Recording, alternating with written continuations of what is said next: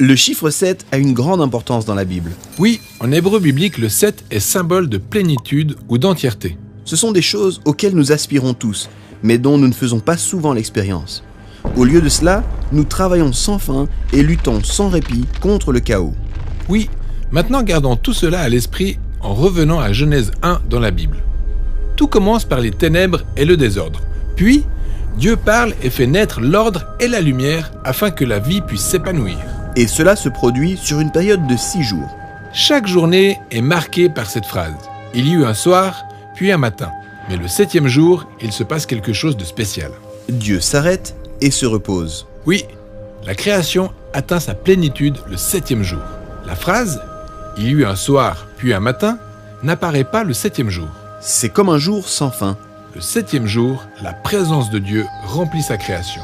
La terre pourvoit aux besoins de toutes les créatures de Dieu, y compris des hommes qui ont été établis pour dominer le monde avec Dieu pour toujours.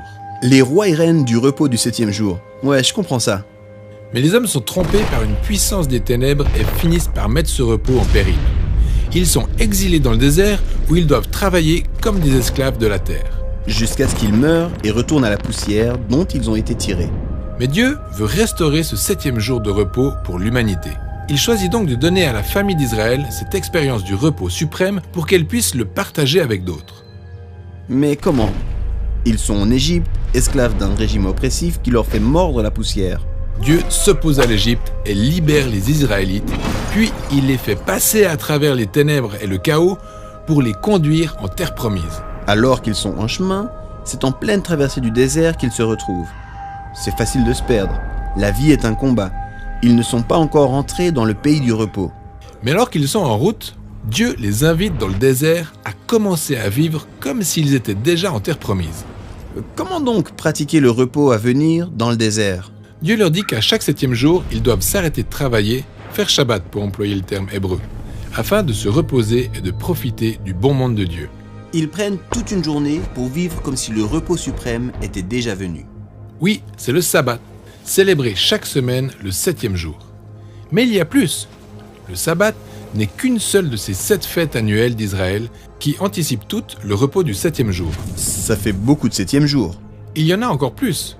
Tous les 7 ans, les Israélites devaient libérer leurs esclaves, remettre les dettes et laisser la terre au repos pendant toute l'année. Puis, tous les 7 fois 7 ans, avait lieu le repos suprême du 7e jour, appelé l'année du jubilé. Si quelqu'un avait perdu ses terres ou s'était endetté, il récupérait tout et ses dettes lui étaient remises. Wow ! Donc ce sabbat, ces fêtes, cette année du jubilé, tout cela préfigure de l'espérance du repos à venir. Oui, et lorsque les Israélites sont entrés dans le pays, ils ont oublié leur Dieu et ont ainsi perdu leur chance d'entrer dans le repos de la terre promise. Ils ont été à nouveau exilés et réduits en esclavage par une nation oppressive, rebasculant ainsi dans un monde de chaos et de désordre. Mais les prophètes d'Israël ont dit que leur exil prendrait fin un jour à l'avènement du jubilé suprême de liberté et de repos. Mais les générations passent et ils attendent toujours. C'est dans cette période sombre de l'histoire qu'apparaît Jésus, qui proclame publiquement sa mission, un jour de sabbat. Oui, il lit à voix haute le rouleau d'Ésaïe qui annonce un temps de libération pour tous les captifs et les esclaves, car c'est l'année de grâce du Seigneur. Que signifie cette expression, année de grâce du Seigneur ? Il parle du jubilé suprême. Donc Jésus affirme que le repos du 7e jour viendrait à travers lui. Oui, il dit qu'il est le maître du sabbat. Il s'oppose au désordre et aux ténèbres sous toutes leurs formes et libère les hommes de la maladie, du péché et de la mort elle-même. Pourtant, Jésus a été tué, donc son œuvre a été détruite. Eh bien, c'est ce qu'on aurait pu croire. Il faut noter cependant que Jésus a prévu de mourir en fin de semaine. Son corps s'est reposé dans le tombeau pendant le sabbat, puis, le 8e jour, il est ressuscité. Oh, attends, le 8e jour ? Tu veux dire le premier jour d'une nouvelle semaine ?